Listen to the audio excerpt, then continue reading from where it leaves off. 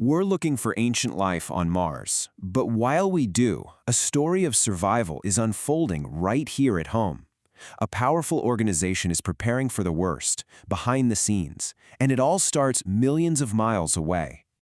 Okay, get this. NASA's Curiosity rover just confirmed it. Mars once had the essential ingredients for life. This is, hands down, the strongest evidence we have ever had that we might not be alone in the universe, or at least that we weren't always. And just let this number sink in. 3.5 billion years old. These organic molecules have been preserved in ancient Martian sandstone for eons. It's basically like finding a message in a bottle from the dawn of our solar system. Now, we're not just talking about simple traces here.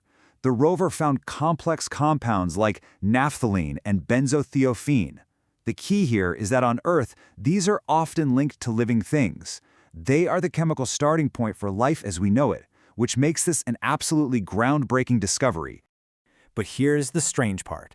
While we're out there searching for these ghosts of ancient life on Mars, there's this weird paradox unfolding right here on Earth. We're spending billions to find evidence of life on other planets while seemingly ignoring the very clear and present threats to life on our own. This single word, that's how Defense Secretary Pete Hegseth describes the climate crisis. Under his leadership, the Pentagon has actually scrapped climate research and completely removed it from national security strategies, publicly dismissing the entire threat. But here's the twist. Look at this. While the official rhetoric you see on the left dismisses the threat, the U.S. military is quietly doing the exact opposite. They are spending billions to brace for the very crisis their leaders are denying in public.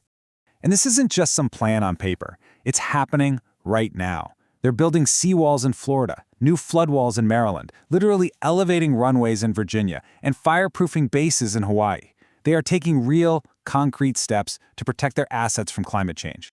So, how are they getting away with it? Well, they use code words.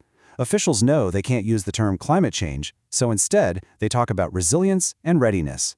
It's a clever linguistic workaround that lets them prepare for a crisis without actually acknowledging it.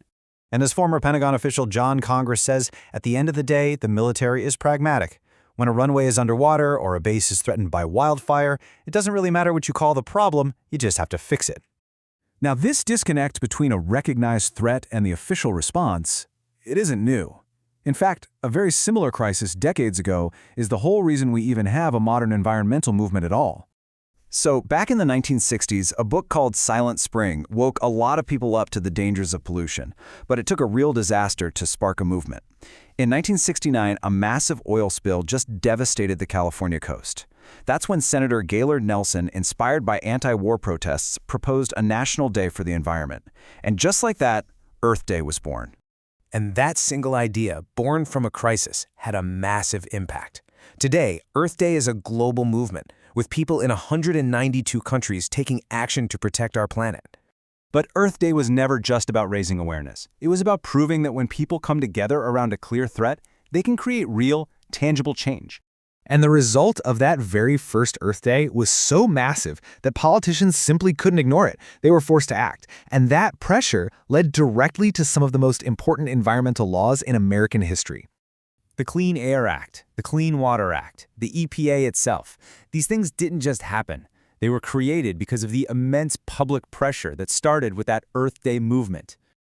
So, whether it's the military pragmatically building seawalls while its leaders deny the problem, or an entire generation demanding cleaner air and water, the lesson is exactly the same. When people truly recognize a threat, they take action. Which brings us right back to where we started. We are searching for billion-year-old life on Mars. But what will future generations, or future explorers, say about how we treated life right here on Earth? What actions that we take today will define the future of this planet? What will our legacy be?